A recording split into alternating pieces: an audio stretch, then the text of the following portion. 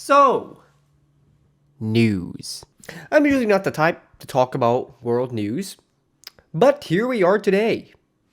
This is news time. So today I wanted to talk about an article that has to do with planes.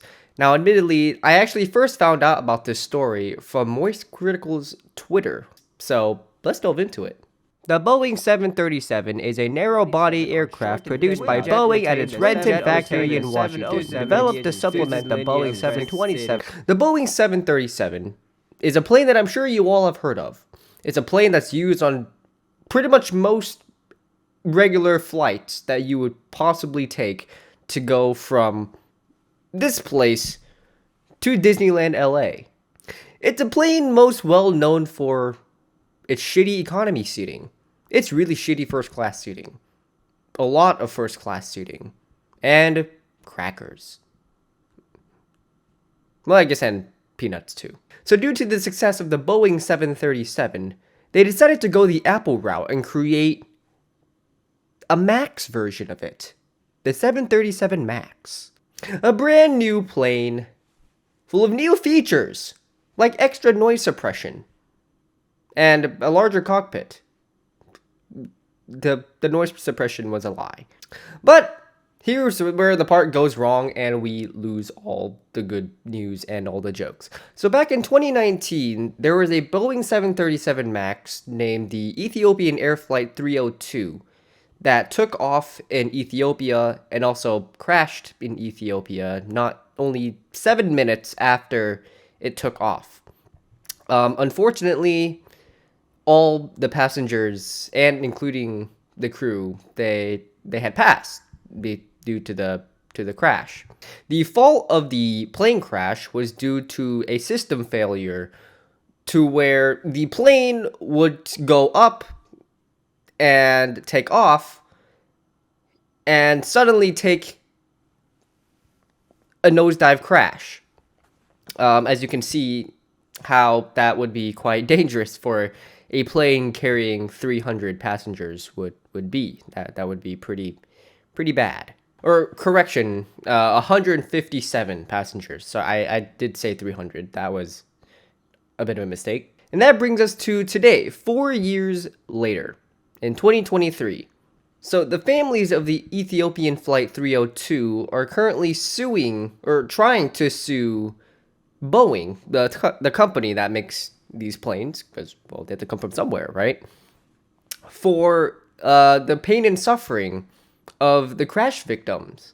And Boeing, very, very nice, intelligent fellas, are claiming that because the plane attendants didn't feel pain when they crashed, that they don't have to pay a part of the settlement. Boeing's argument is that because the plane took a nosedive at 700 miles per hour, which is, that's pretty bad, that there is no possible way for the passengers to have felt a thing on impact, and so they don't have to pay them, basically. That they don't have to, they didn't feel anything.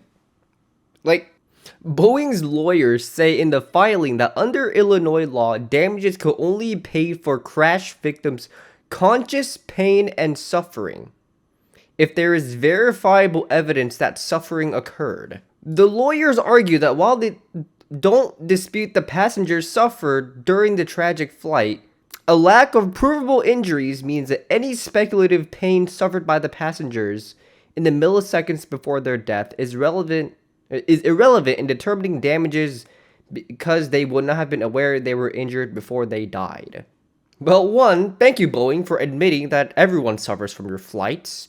But two, just because the plane's impact killed them instantly without slowly ripping their arms off or something doesn't mean that they still did not suffer the minutes before the impact. I don't know if you all know this, but when a plane takes a nosedive, I suspect that I would be sitting there frozen in fear as well. And so should you. That's a normal human response. they're trying to argue a point that the millisecond, the quarter, the mini tiny biticle of a second before the plane crashed, that they didn't feel anything, means that they should not pay out their fee, that they should rightfully be paying out, because the people that, like, the families are dead. Like, there are dead people here. There are people that have lost children and have lost parents on this flight. And there's a lot of lost lives on this flight.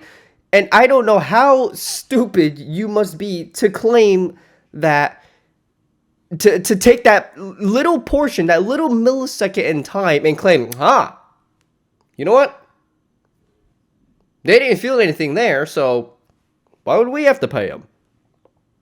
Because there has to be like a whole fucking minute between the plane going up and the plane going down. Within that margin of a minute or so, there has to be feeling like there has to be like pain and suffering. Like there 100% was pain and suffering between that minute there. But also on top of that, how are you going to find verifiable, like, what are you talking about verifiable evidence that suffer occurred?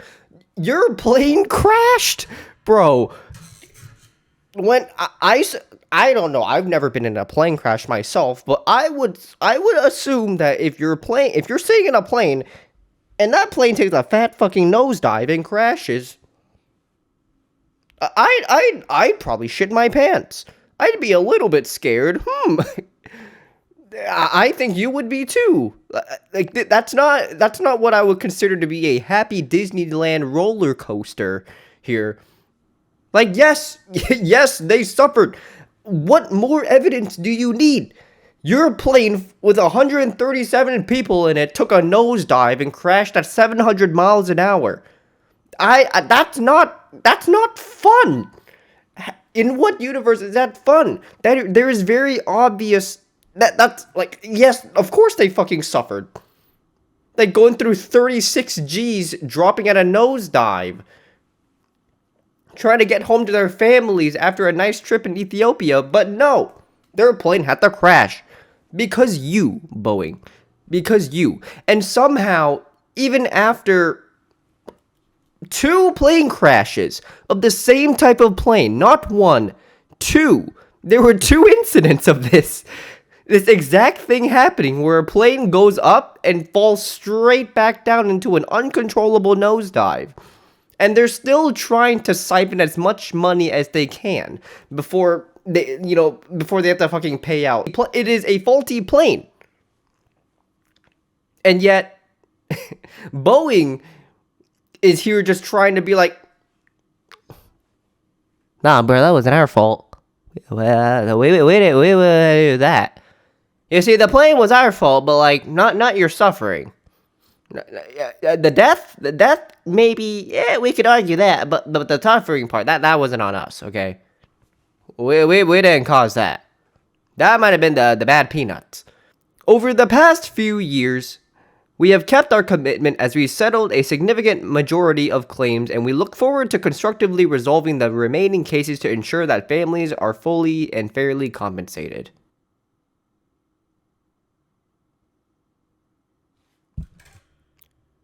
I very highly doubt that.